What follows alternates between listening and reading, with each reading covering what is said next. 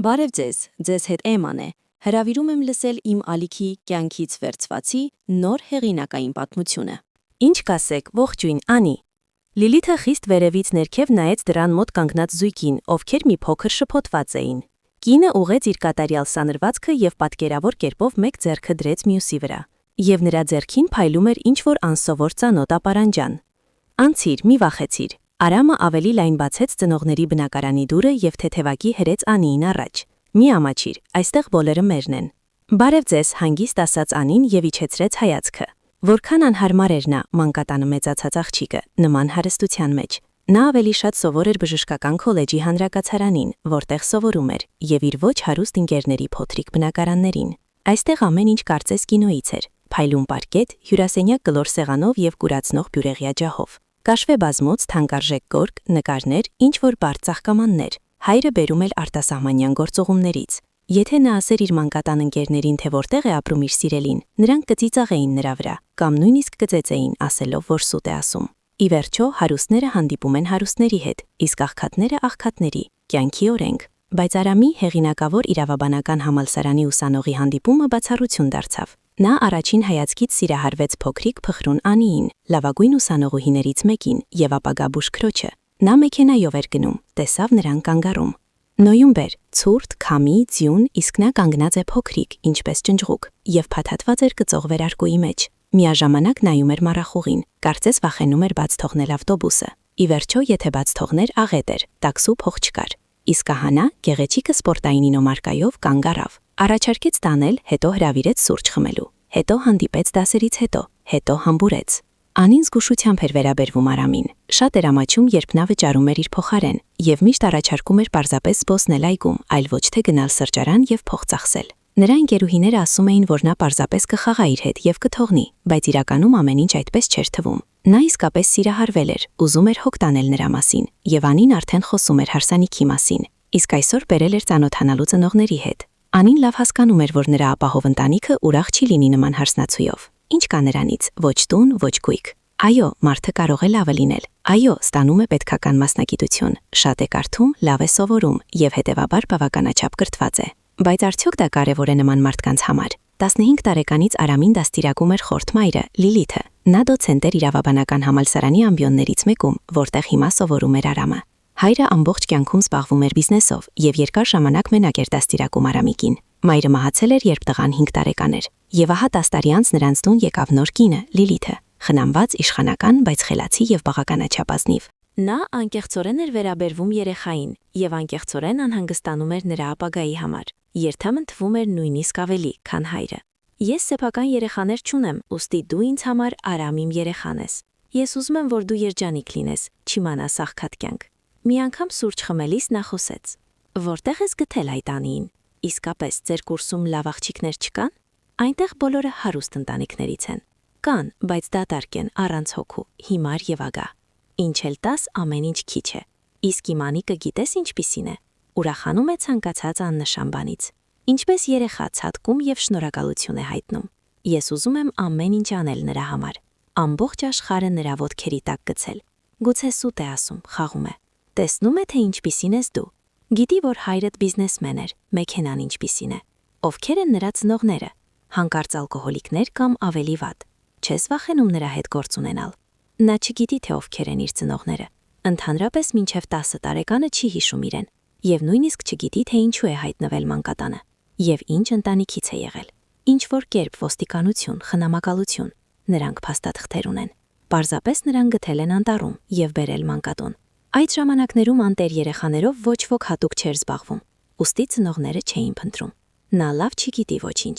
և չի հիշում, բայց ես վստահ եմ, եթե հոգ տանեն նրա մասին, շրջապատեն սիրով և թույլ տան զգալ, որ ապահով է, ապա ինչ-որ պահի ամեն ինչ կհիշի։ Իսկ գուցե պետք էլ չլինի հիշել։ Միթե քիչ բան կա, որ հիշողությունը որոշել է թաքցնել։ Լիլիթ, ես սիրում եմ նրան, և նա ինձ շատ թանկ է։ Ես վախենում եմ կորցնել նրան։ Օ, Արամիկ, ինչպիսի տղա ես դեռ։ Բայց ով ասաց, որ առաջին սիրո հետ պետք է անմիջապես ամուսնանալ։ Հանդիպիր, շփվիր, իսկ լուրջ քայլերով սպասիր։ Ժամանակը ցույց կտա։ Արամը սպասել չէր ուզում, ուստի որոշեց ծանոթացնել Անիին ծնողների հետ և հետո առաջարկություն անել։ Նա նույնիսկ մատանին էր պատրաստել և անընդհատ ստուգում էր այն պիջակի գրպանում։ Լիլիթը ժեստով ցույց տվեց հյուրերին տեղը սեղանի շուրջ։ Ահա այստեղ նստիր։ Անին գլխով արեց եւ մի վայրկյան սառեց։ Նա նայում էր ապարանջանին ձեռքին, բայց որտեղ էր տեսել այն։ Գուցե ինտերնետում, թեև կարծես ոչ։ Նայում ես դրան եւ կրծքիդ մեջ ջերմություն ես զգում։ Ապարանջանը բարակ աշխատանքի էր։ Արցակյա կարծես, կապույտ քարերով, վիրուս։ Մի փոքր սևացել էր ժամանակի ընթացքում, բայց դեռ շքեղ տեսք ուներ։ Նախշը բավականին բարդ եւ նուրբ էր։ Բարի օր, ես Վահեն եմ։ Դրան մեջ հայտնվեց ընտանիքի գլուխը։ Հայրիկ, սա իմ Անին է։ Ծանոթացեք։ Բարև Անի։ Ահա թե ինչպիսի կախարդուհի ես դու։ Ինչու ես կախարդել իմ Արամիկին։ Միայն քո մասին է խոսում։ Օ, բավական է խոսակցությունները։ Եկեք սեղան։ Վահե, բացիր գինին։ Արամ, ավելի պայծառացրու լույսը։ Արաստաղի տակ վառվեց հսկայական բյուրեղյա չահը, մի քանի տասնյակ մոմերով։ Եվ Անին կարողացավ ավելի լավ նայել տանտիրուհու ձեռքին եղած ապարանջանին։ Օ, հանկարծ բացականչեց աղջիկը եւ ձեռքերը սեղմեց կրծքին։ Չի կարող լինել։ Մյուսները զարմանքով նայեցին նրան։ Ինչ է պատահել, անհանգստացած հարցրեց Արամը։ Ինչ վարք, ժպտալով ասաց Լիլիթը։ Սա իմ մամայի ապարանջանն է, հանգիստ, բայց բավականին խիստ ձայնով ասաց Անին։ Որտեղից է այն ձեզ մոտ։ Ինչ էր նշանակում քո մամայի։ Գուցե այս բնակարանում եղած ամեն ինչը քո մամային է պատկանում։ Ինչ հիմարություններ են սրանք։ Արանիկ, թող քո աղջիկը հետևի իր լեզվին։ Պատասխանեք, որտեղից է այս ապարանջանը ձեզ մոտ։ Սա իմ ամուսնու նվերն է։ Նա ինձ բերեց Եվրոպայի ճանապարհորդությունից։ Գնել էր ինչ-որ հնագիտական խանութից։ Ինչ հարցեր են սրանք, հասկանում եք։ Անին խմեց ջուր, որն իրեն զգուշորեն տվեց Արամը։ Ես ընդհանրապես ոչինչ չեմ հիշում իմ անցյալից, միայն մանկատունը։ Բայց հիմա տեսնելով ապարանջանը, հիշեցի, ճիշտ նույնը ուներ իմ մաման։ Նա ինձ էր նվիրել, եւ ես կրում էի այն։ Ես հիշեցի մորսը, ամեն ինչ հիշեցի։ Հետաքրքիր պատմություն։ Գուցե պատահականություն է։ Մենք հաստատ չենք գողացել այն քո մորից, մի փոքր վիրավորված ասաց Լիլիթը։ Այս բոլոր խոսակցությունները նրան թվացին էժան հնարք։ Իսկ ինչպես ես կորցրել այն։ Չեմ հիշում։ Ահա թե ինչ է։ Անի, դու գիտես լողալ։ Հանկարծ հարցրեց Վահեն, ով հանգիստ խմում էր գինին իր բաժակից։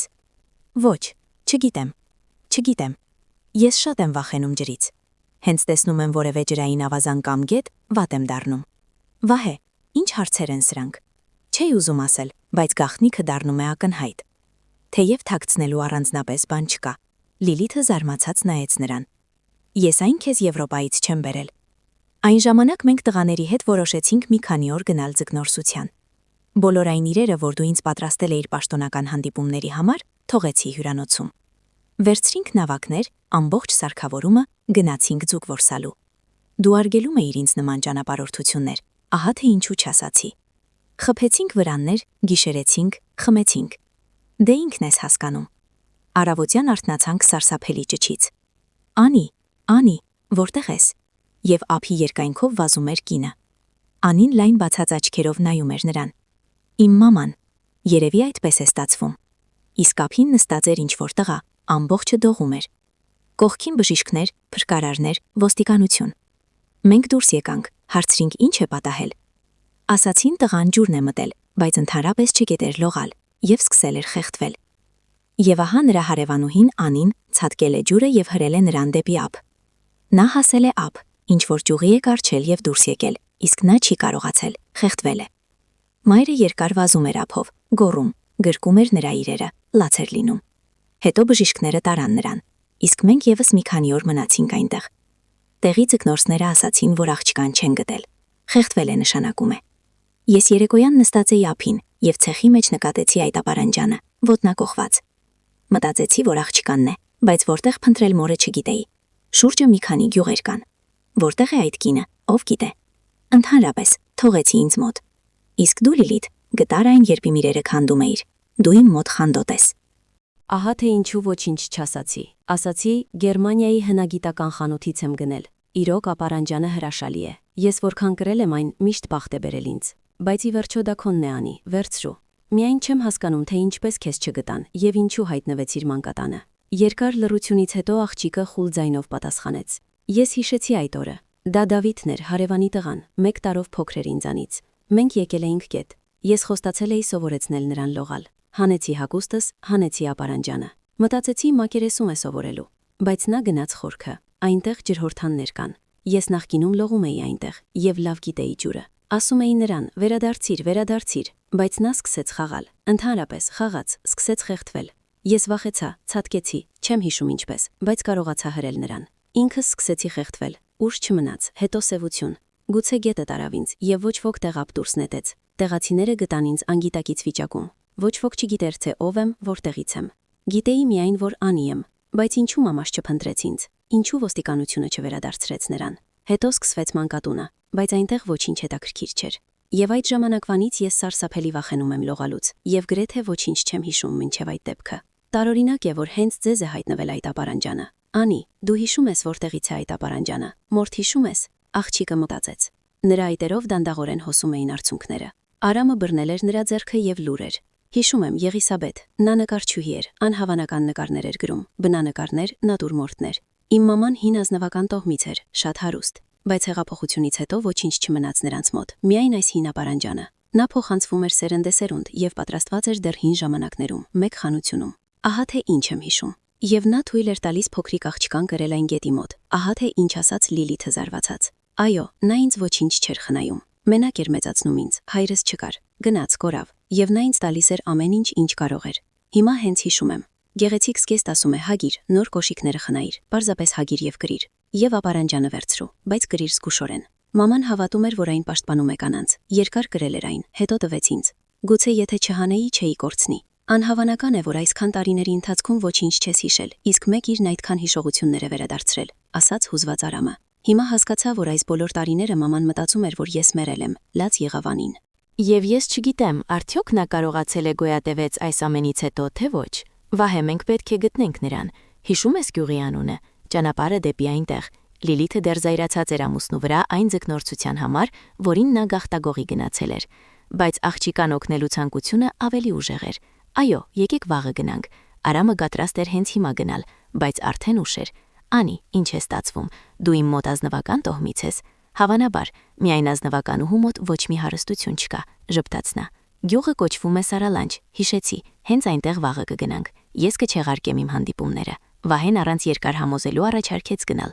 Գուցե այդպես կինը կդադարի զայրանալ իր վրա եւ որդուն օգնել, իսկ Անին իրեն դուր եկավ, եւ նա արդեն մտքում անվանում էր նրան հարսնացու։ Ընթրիքի ժամանակ խոսակցությունները միայն այդ կետի դեպքի եւ այն մասին էին, թե ինչպես Անին կորցրել էր հիշողությունը։ Լիլիթը փորձում էր պարզել, թե ինչ կա աղջիկա մոտ գյուղում, ինչ ժառանգություն կա, բայց նա միայն ուսերն էր թափ տալիս։ Եթե մամանոր չէ, տնակը, նկարները, մի կտոր հող, իսկ եթե մահացել է, ոչինչ չի մնում։ Ընթրիքը ստացվեց ջերմ եւ կարծես ընտանեկան։ Լիլիթը մի փոքր ափսոսանքով նայում էր շքեղ արծաթի ապարանջանին, որը այդքան տարիներ իր հպարտությունն էր եղել, բայց ոչինչ չէր կարող անել, քանի որ այն պատկանում էր Անիի ընտանիքին։ Աղջիկան թողեցին գիշերելու, իսկ առավոտյան 4-ով նստեցին Վահեի ամենագնացը եւ մեկնեցին Սարալանջ։ Գնալը գրեթե 300 կիլոմետր էր, բայց ինչ է այդ հեռավորությունը բազմամյա բաժանման համեմատ։ Անին նյարդայնանում էր, սիրտը կանգ էր առնում։ Ինչ է տեսնելու։ Ողջ է մաման, կճանաչի իրեն։ Հանկարծ սրտի հետ կապված խնդիրներ առաջանան։ Անին պտտում էր ապարանջանը ձեռքերում եւ լուր նայում էր պատուհանից դուրս։ Մի անհանգստացիր, ամեն ինչ լավ կլինի։ Արամը հանգստացնում էր նրան, թեև ինքն էլ նկատելիորեն նյարդայնացած էր։ Անի, հիշում ես քահասցեն, բենզալցակայանում կանգ առնելուց հետո հարցրեց Վահեն։ Հիշում եմ, 3 փողոց, տուն 3։ Լավ, հիմա կգտնենք։ Անին մտածում էր, որ գուցե զուր էին այդքան արագ հավաքվել, գուցե պետք էր տորտ գնել դեղորայք, ինչ որ բան։ Հետո մտածեց, իսկ եթե ոչ ոք չկա ում տալ այդ ամենը, հանկարծ տունը դատարկ է եւ փակված։ Երբ հասան ճիշտ հասցեով, արդեն մտնում էր, բայց Անին ամեն ինչ անմիջապես ճանաչեց։ Նա հաճախ էր տեսնում դա երազներում, բայց չէր կռահում, որ դա իր տունն է։ Այո, եւ տունը, եւ դարպասը, եւ ծաղիկները ցանկապատի մոտ նույնն են։ Իսկ այնտեղ ինչ է։ Լույս, պատուհանը լուսավորված էր այնտեղ, որտեղ մամայի արվեստանոցն էր։ Անին հրեց դարպասը եւ ոտքերի տակ վազեց։ Դուռը բացվեց նույն ճռռոցով։ Այո, այդ նարտոսի չորացրած խնձորի հոտը սենյակում։ Այո, ահա ճռռացող հատակի տախտակը, իսկ այնտեղ արվեստանոցը։ Նա շունչը պահեց եւ հրեց դուռը։ Մոլբերտի մոտ նստած էր նա, իր մաման։ Միայն մազերը մոխրագույն էին, գզակը կորացած։ Բայց դա նա էր, նույնիսկ այն նույն գույնի կոֆտայով, որը մաման այդքան սիրում էր կրել։ Մամա, գոռաց Անին եւ խեղդվելով լացից շտապեց առաջ։ Նա վախեցած շրջվեց, գցեց վրձինը եւ երկար նայեց, հետո սիրտը բռնելով սկսեց հառաչել։ Աստված իմ, Անի, ինչպես կարող է լինել։ Դու Անին նստեց հատակին, գրկեց նրա ծնկները եւ լաց եղավ։ Մաման էլ լաց էր լինում, շոյում էր նրա մազերը։ Նրանք երկար չէին կարողանում հանգստանալ։ Եղիսաբեթը միայն կարդաց. Ես գիտեի, որ դու ողջ ես, գիտեի, որ փրկվել ես։ Ապարանջանը քեզ հետ էր, գիտեի, զգում էի։ Նա ինձ հետ չէր, ես այն միայն երեք գտա։ Սենյակ մտան Արամը, Լիլիթը եւ Վահենը։ Նրանք լուր դիտում էին այդ տեսարանը եւ ոչինչ չէին կարող ասել։ Լիլիթը սրբում էր արցունքները, իսկ տղամարդիկ շրջվում էին, որպեսզի ոչ ոք չմտածի, որ իրենք էլ կարող են լաց լինել։ Հետո Եղիսաբեթը խելքի եկավ. «Օ, հիմա ձեզ թեյ կտամ, ինչի եմ նստած լաց լինում»։ «Մի անհանգստացեք», հանգիստ ասաց Լիլիթը։ «Որտե՞ղ է խոհանոցը, ես ինքս ամեն ինչ կանեմ, Արամիկ, օգնիր»։ Հետո նրանք երկար թեյ խմեցին եւ խոսեցին ամեն ինչի մասին։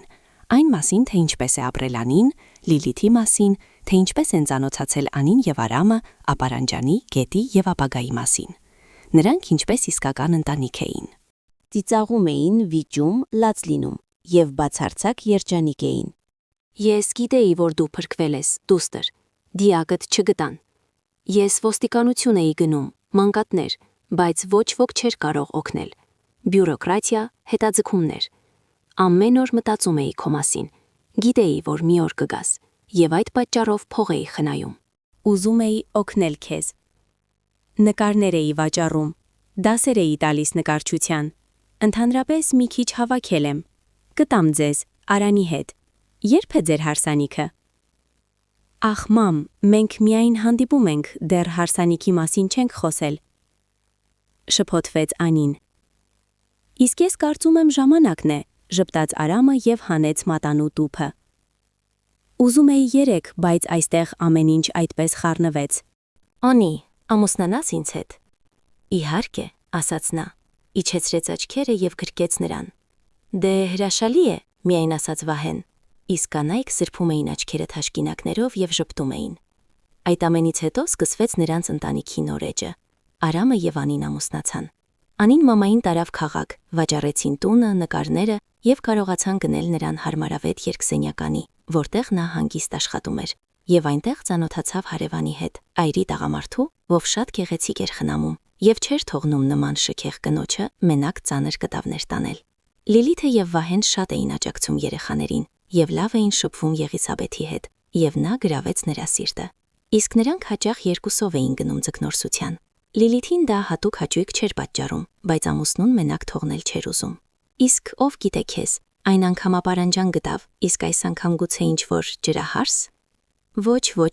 մի վիճիր Վահիկ, հիմա ձկնորսություն, միայն ինձ հետ։ Եթե պատմությունը ձեզ դուր եկավ, հույս ունեմ ձեր աջակցության վրա, վեր բարձրացրած մատի կոճակով։ Ձեզ համար մեկ սեղմում է, իսկ ինձ համար դա լավագույն շնորհակալությունն է։ Առողջություն ձեզ եւ ամենայն բարիք։